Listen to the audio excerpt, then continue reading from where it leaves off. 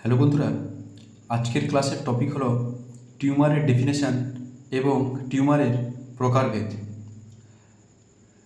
আমরা আগের ক্লাসে একটা প্রশ্ন রেখেছিলাম, যে প্রশ্নটি হলো ইজ এভরি টিউমার ক্যান্সার। সেই প্রশ্নটির উত্তর আজকে দেব এবং সেই প্রশ্নটাকে বেসিস করে আমরা পুরো ক্লাসটা করব। প্রশ্নটির উত্তর হচ্ছে no, not every tumor is cancer. বলছে না, প্রত্যেক টিউমার ক্যান্সার নয়। কেন প্রত্যেক টিউমার ক্যান্সার নয়, এই ব্যাপারটা আমাদেরকে পুরোপুরিভাবে ক্লিয়ার করতে হবে। তাহলে হয়তো ক্যান্সার কাকে বলে, ক্যান্সার অ্যাকচুয়াল কি, সেটা ভালোভাবে বুঝতে পারবো। এই প্রশ্নটাতে বলছে একটা হচ্ছে টিউমার এবং একটা ক্যান্সার। তো আমরা প্রথমে টিউমারের ডেফিনেশান এবং ক্যান্সারের ডেফিনেশান এই দুটো ভালো করে বুঝে নেব। আগের ক্লাসে আমরা ক্যান্সারের ডেফিনেশান এবং অ্যাকচুয়াল ক্যান্সার বলতে কি বোঝায় সেটা ভালোভাবে বুঝেছিলাম। এখন আরেকবার সেই ক্যান্সারের ডেফিনেশনটা রিভাইজ দিয়ে দেবো আমরা। ক্যান্সারের ডেফিনেশনটি বলছে cancer is a disease in which some of the body cells begin to grow and divide uncontrollably, interfering with the normal function of healthy cells. বলছে ক্যান্সার হলো একটা রোগ যেখানে দেহের কিছু কোষ অনিয়ন্ত্রিতভাবে বৃদ্ধি এবং বিভাজিত হতে শুরু করে, এবং এই অনিয়ন্ত্রিতভাবে বৃদ্ধি ও বিভাজিত হওয়া অস্বাভাবিক কোষগুলো স্বাভাবিক কোষের কাজে বাধা দিয়ে থাকে। একেই ক্যান্সার বলা হয়ে থাকে। তাহলে আমরা এখানে ক্যান্সারের ডেফিনেশনে যে জিনিসটা আমাদেরকে সব থেকে বেশি গুরুত্ব দিতে হবে, যে অনিয়ন্ত্রিতভাবে কোষ বিভাজিত ও বৃদ্ধি পাচ্ছে এবং সেই অনিয়ন্ত্রিতভাবে বিভাজিত ও বৃদ্ধি পাওয়া কোষটা কিন্তু স্বাভাবিক কোষের কাজে বাধা দিয়ে থাকে, তাহলেই সেটা ক্যান্সার। এবং এরপরে আমরা টিউমারের ডেফিনেশনটি দেখে নেব। বলছে a tumour is an abnormal mass of cells form due to uncontrolled cell growth and division. বলছে একটা টিউমার হলো অস্বাভাবিক গাঁট বা অস্বাভাবিক কোষের গাঁট, form due to uncontrolled cell growth and division, যেটা তৈরি হয়ে থাকে অনিয়ন্ত্রিতভাবে কোষের বৃদ্ধি ও বিভাজনের ফলে। অনিয়ন্ত্রিতভাবে বেড়ে ওঠা কোষের বৃদ্ধি ও বিভাজনের ফলে। তাহলে টিউমারের ডেফিনেশনে পরিষ্কারভাবে বোঝা যাচ্ছে যে কোনো একটা কোষের অনিয়ন্ত্রিতভাবে বৃদ্ধি হওয়া বিভাজিত হওয়াই হচ্ছে টিউমার। কোনো একটা কোষের অনিয়ন্ত্রিতভাবে বৃদ্ধি ও বিভাজিত হওয়াই হলো টিউমার, এবং সেই অনিয়ন্ত্রিতভাবে বৃদ্ধি ও বিভাজিত হওয়া কোষটি যখন স্বাভাবিক কোষের কাজে বাধা দিয়ে থাকবে তখন সেটা হবে ক্যান্সার। ঠিক আছে, তাহলে এখানে আমরা টিউমার এবং ক্যান্সারের ডেফিনেশন পুরোপুরিভাবে বুঝতে পেরেছি আশা করছি। তাহলে এবার আমরা টিউমারের টিউমারকে কত ভাগে ভাগ করা হয়ে থাকে, কোন টিউমারকে অ্যাকচুয়াল ক্যান্সার বলা হয়ে থাকে এবং কোন টিউমারকে ক্যান্সার বলা হয় না, সেটা এখন আলোচনা করব। বলছে type of tumor are two type, benign tumor or non-cancerous, second malignant tumor or cancerous tumor। এখানে বলছে টিউমারকে দুই ভাগে ভাগ করা হয়ে থাকে, এক বিনাইন টিউমার অথবা নন ক্যান্সারাস টিউমার, দুই ম্যালিগনেন্ট টিউমার অথবা ক্যান্সারাস টিউমার। এখন আমরা বিনাইন টিউমার এবং ম্যালিগনেন্ট টিউমার বলতে কী বোঝায় সেটা আলোচনা করব, এবং দুটোর মধ্যে পার্থক্য কী, এবং বিনাইন টিউমারকে না ম্যালিগনেন্ট টিউমারকে ক্যান্সারাস টিউমার বলা হয় সেটা আলোচনা করব। তাহলে বিনাইন টিউমারের ডেফিনেশনে বলছে a benign tumour is a non cancerous tumour that grows slowly and does not invade surrounding tissue or metastasise to distance organ. একটি বিনাইন টিউমার হচ্ছে নন ক্যান্সারজনিত টিউমার যেটা গ্রোস বৃদ্ধি পেয়ে থাকে স্লোলি ধীরে ধীরে অ্যান্ড এবং ডাজ নট ইনভেড বলছে প্রবেশ করে না সারাউন্ডিং টিস্যু পার্শ্ববর্তী কলাই অথবা মেটাস্টাইজ টু ডিস্টেন্স অর্গান এবং ছড়িয়ে পড়ে না দূরবর্তী অঙ্গে। বন্ধুরা, এখানে বিনাইন টিউমার সম্পর্কিত 5টি বৈশিষ্ট্য রয়েছে।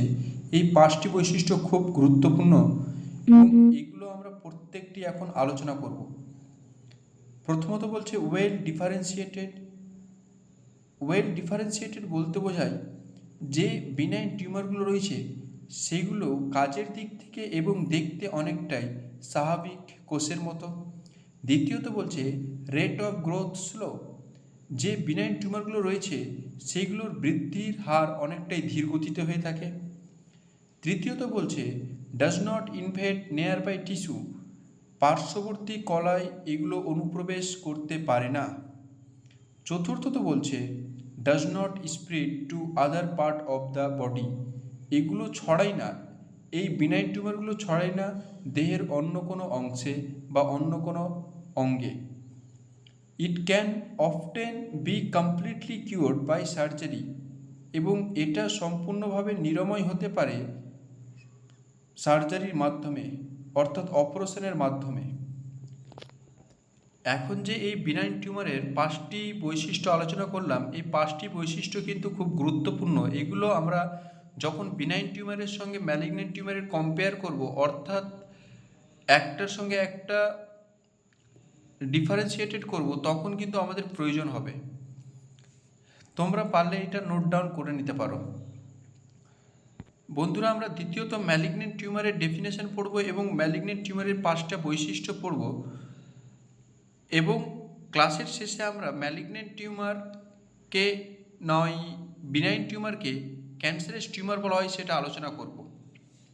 ম্যালিগন্যান্ট টিউমারের ডেফিনেশনটি বলছে a malignant tumour is a cancerous growth composed of abnormal cells that invade surrounding tissue and can spread to distance part of the body.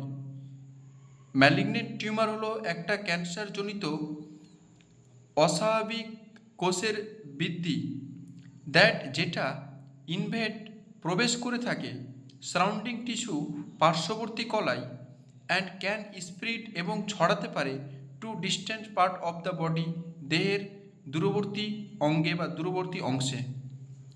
এই ম্যালিগন্যান্ট টিউমারের 5টি বৈশিষ্ট্য এখন আলোচনা করব। এই 5টি বৈশিষ্ট্য বলছে পুওরলি ডিফারেন্সিয়েটেড। প্রথমত বলছে পুওরলি ডিফারেন্সিয়েটেড বলতে বোঝায় এই যে ম্যালিগন্যান্ট টিউমারগুলো রয়েছে এগুলো দেখতে এবং কাজের দিক থেকে অনেকটাই স্বাভাবিক কোষের থেকে আলাদা, এগুলোর মধ্যে অনেকটা পরিবর্তন থাকে। দ্বিতীয়ত বলছে rate of growth fast, malignant টিউমারের বৃদ্ধির হারটা অনেকটাই দ্রুত গতিতে হয়ে থাকে।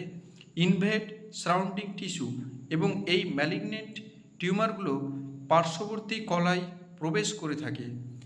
চতুর্থত বলছে spread to other part of the body, এবং এগুলো ছড়িয়ে থাকে দেহের অন্য অঙ্গে বা অন্য অংশে। পঞ্চম বলছে সার্জারি ইজ রেয়ারলি কিউরেটিভ, অপারেশনের মাধ্যমে সম্পূর্ণভাবে নিরাময় হয় না। নিডস অ্যাডিশনাল ট্রিটমেন্ট, এটার জন্য প্রয়োজন হয়ে থাকে সহকারী ট্রিটমেন্টের। তাহলে এখানে আমরা ম্যালিগন্যান্ট এবং বিনাইন টিউমারের 5টি করে বৈশিষ্ট্য পড়লাম। এই 5টি বৈশিষ্ট্য কিন্তু ম্যালিগন্যান্ট টিউমার ও বিনাইন টিউমারের পার্থক্যে আমাদের কাজে লাগবে। তাহলে এখন ক্লাসের শেষে আমরা একটাই আলোচনা করব যে কোন টিউমারকে ক্যান্সারাস টিউমার বলা হয়। বন্ধুরা, এই বিনাইন টিউমারের ডেফিনেশনটি পড়লাম যে বিনাইন টিউমার যেটা নন ক্যান্সার জনিত টিউমার, যেটার বৃদ্ধির হার অনেকটাই ধীরগতিতে হয়ে থাকে এবং যেটা পার্শ্ববর্তী কলায় প্রবেশ করে না এবং দূরবর্তী অঙ্গে ছড়ায় না। দ্বিতীয়ত ম্যালিগন্যান্ট টিউমারের ডেফিনেশন পড়লাম যে ম্যালিগন্যান্ট টিউমার হলো ক্যান্সারজনিত অস্বাভাবিক কোষের বৃদ্ধি যেটা পার্শ্ববর্তী কলায় প্রবেশ করে থাকে এবং দূরবর্তী অঙ্গে ছড়ায়। এই যে ম্যালিগন্যান্ট টিউমারের ডেফিনেশনটা পড়লাম, যেখানে বলছে যে ম্যালিগন্যান্ট টিউমার হলো ক্যান্সারজনিত অস্বাভাবিক কোষের বৃদ্ধি যেটা পার্শ্ববর্তী কোষের মধ্যে প্রবেশ করে থাকে, পার্শ্ববর্তী কলার মধ্যে প্রবেশ করে থাকে এবং দূরবর্তী অঙ্গে ছড়িয়ে থাকে। তাহলে কি এখানে বোঝা যাচ্ছে যে পার্শ্ববর্তী কলায় যদি সেই অস্বাভাবিক কোষটি প্রবেশ করে থাকে তাহলে সেখানকার পার্শ্ববর্তী স্বাভাবিক কোষের কাজে ব্যাহত ঘটায়, এবং দূরবর্তী স্থানে ছড়িয়ে থাকলে দূরবর্তী স্থানে যে সমস্ত স্বাভাবিক কোষগুলো রয়েছে তাদেরও কাজে ব্যাহত ঘটিয়ে থাকে। তাহলে ম্যালিগন্যান্ট টিউমারকে ক্যান্সারাস টিউমার বলা হয়ে থাকে। অর্থাৎ প্রত্যেক টিউমারই ক্যান্সারাস টিউমার নয়, শুধুমাত্র ম্যালিগনেন্ট টিউমার হলো cancerous tumour, benign tumour cancerous tumour নয়। আশা করছি তোমরা খুব ভালোভাবে এটা বুঝতে পারলে। তোমাদের যদি খুব ভালো লাগে ক্লাসগুলো করতে, তাহলে তোমরা প্লিজ লাইক কমেন্ট করবে। ক্লাসের শেষে আমি একটাই কথা বলবো যে নোট করে কোনো কিছু হবে না। যদি আমি যে কথাগুলো বলছি সেগুলো যদি তোমরা ভালোভাবে বুঝতে পারো, যদি খুব ভালোভাবে শোনো, তাহলে অবশ্যই বুঝতে পারবে। যদিও তারপর তোমাদের কোনো রকম ডাউট থাকে তাহলে তোমরা কমেন্টে বলতে পারো, আমি তোমাদেরকে পুনরায় আবার সেই ব্যাপারটা নিয়ে ভিডিও করে নেব। এবং যতটা পারবে তোমরা সাবস্ক্রাইব করে রাখো। আমার প্রতি সপ্তাহে মূলত 2 থেকে 3টে করে ভিডিও পোস্ট হবে তোমাদের সুবিধার জন্য। কালকের ক্লাসে বলেছিলাম চেষ্টা করব যতটা হয় পরীক্ষার আগে ডাউটফুল টপিকগুলো আমি তুলে ধরবো ক্লাসের মাধ্যমে।